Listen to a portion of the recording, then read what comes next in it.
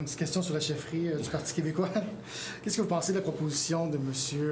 Saint-Pierre Plamondon d'un référendum dans un premier mandat? Écoutez, d'abord, je dois vous dire, j'ai été étonné ce matin de voir ça parce qu'il y a quand même une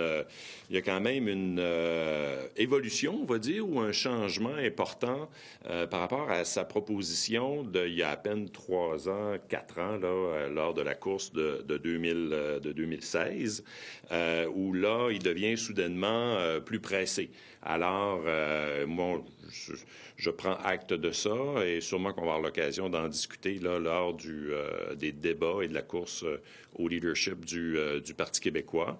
Moi, j'aurai l'occasion de vous en reparler éventuellement, vous en doutez bien, mais il faut prendre conscience de là où on est présentement, c'est-à-dire troisième parti d'opposition, reconstruire notre organisation, aller rechercher de l'adhésion supplémentaire à la cause de l'indépendance du Québec. On a un gros travail à faire là-dessus, rebâtir notre organisation partout sur le terrain et prendre acte également que selon les récents sondages, l'indépendance est à 25 ou 30 au mieux. Donc, il faut travailler absolument pour construire une adhésion plus grande à l'égard de l'indépendance du Québec. Et moi, c'est évident que je vais m'y atteler à tous les jours. Donc, je comprends bien, pour vous, promettre de gagner un référendum d'ici 2026, c'est pas crédible à ce moment-ci, aujourd'hui?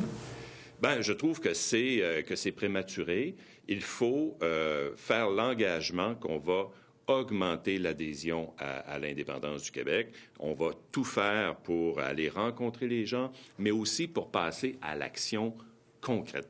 Je veux dire, on ne peut pas qu'espérer que soudainement, en 2022, à partir du moment où on part de la troisième proposition maintenant, qu'en 2022, on sera prêt à faire un référendum. On ne peut pas prendre ce risque-là à ce stade-ci. Il faut au contraire s'assurer de mettre tous les efforts et d'utiliser tous les outils que nous avons, entre autres ici à l'Assemblée nationale, mais ailleurs dans la société civile, dans toutes les régions du Québec, pour augmenter l'adhésion à l'indépendance, à la cause de l'indépendance du Québec.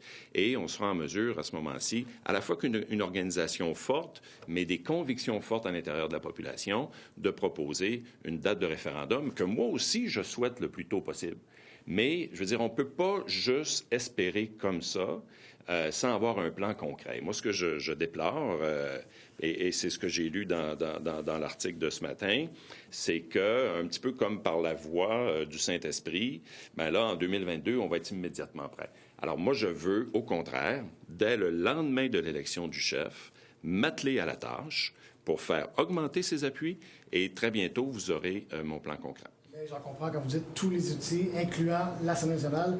Ça veut dire des fonds publics aussi pour promouvoir, faire monter la ferveur pour...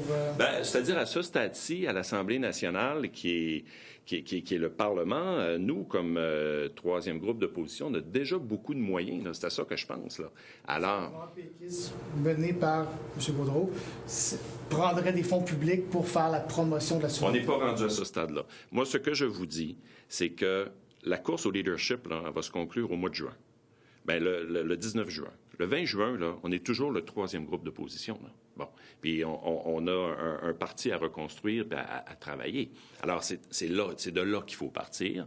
Et moi, je vais utiliser les outils que j'ai à l'Assemblée nationale du 20 juin 2020 jusqu'à l'élection de 2022 pour faire en sorte que le gouvernement se commette jusqu'au bout dans ses velléités nationalistes et nous en servir comme effet de levier pour augmenter l'adhésion à l'indépendance du Québec. C'est ça qu'il faut faire.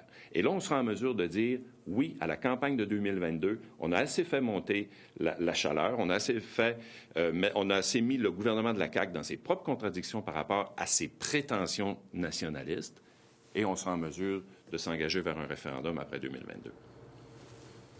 Merci.